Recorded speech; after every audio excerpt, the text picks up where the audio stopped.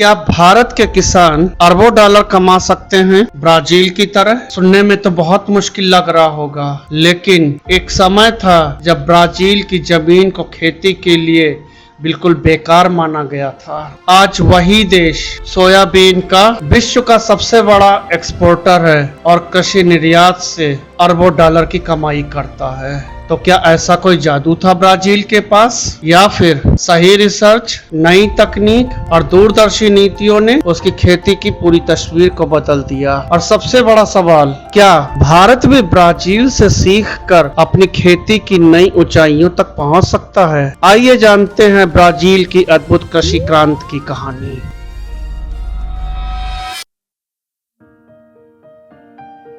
1970 के दशक तक ब्राजील आज जैसा कृषि महाशक्ति नहीं था। उसके पास विशाल भूमि तो थी, लेकिन वहाँ की मिट्टी अत्यधिक अम्लीय थी। उसमें पौधों के लिए जरूरी पोषक तत्वों की कमी थी। कई विशेषज्ञ मानते थे इस जमीन पर बड़े पैमाने पर खेती करना लगभग असंभव है। उस समय ब्राजील की खेती कई चुनौतियों से भरी हुई थी।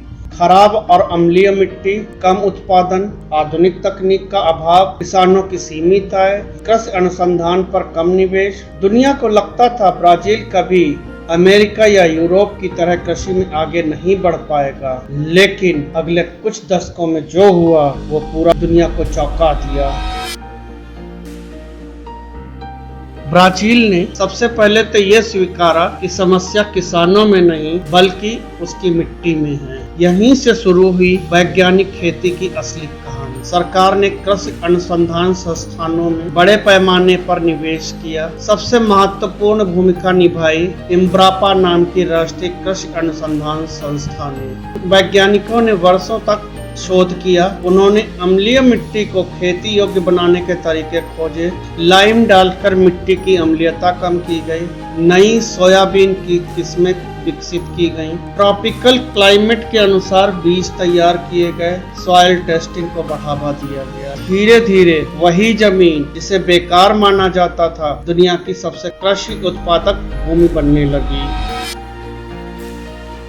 ब्राजील ने केवल ज्यादा फसल उगाने पर ध्यान नहीं दिया, उन्होंने पूरी कृषि की अर्थव्यवस्था को बदल दिया। बेहतर सड़कें बनाई, रेल नेटवर्क विकसित किया, नदियों और बंदरगाहों को कृषि निर्यात से जोड़ा, बड़ी बड़ी स्टोरेज फैसिलिटी बनाई, आधुनिक हार्वेस्ट और प्रिसीजन फार्मिंग को बढ़ावा दिया। आज ब्राजील की सोयाबीन खेत से सीधे एक्सपोर्ट पोर्ट तक बेहद कम लागत में पहुंच जाती है। यही वजह है ब्राजील दुनिया के सबसे प्रतिस्पर्धी कृषि निर्यातक देशों में शामिल है।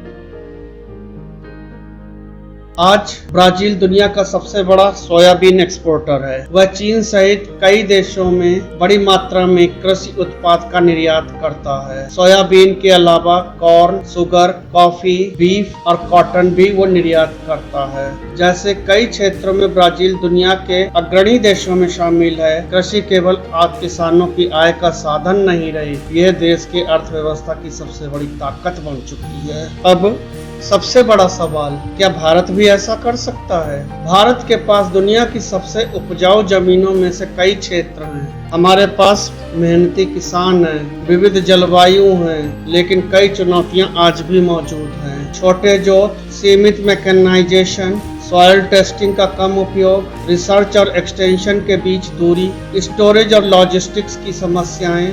ब्राजील हमें यह नहीं सिखाता कि उसकी नकल करें, वह यह सिखाता कि अगर विज्ञान, नीति और किसान एक साथ काम करें तो असंभव दिखने वाली जमीन भी दुनिया की सबसे बड़ी कृषि ताकत बन सकती है।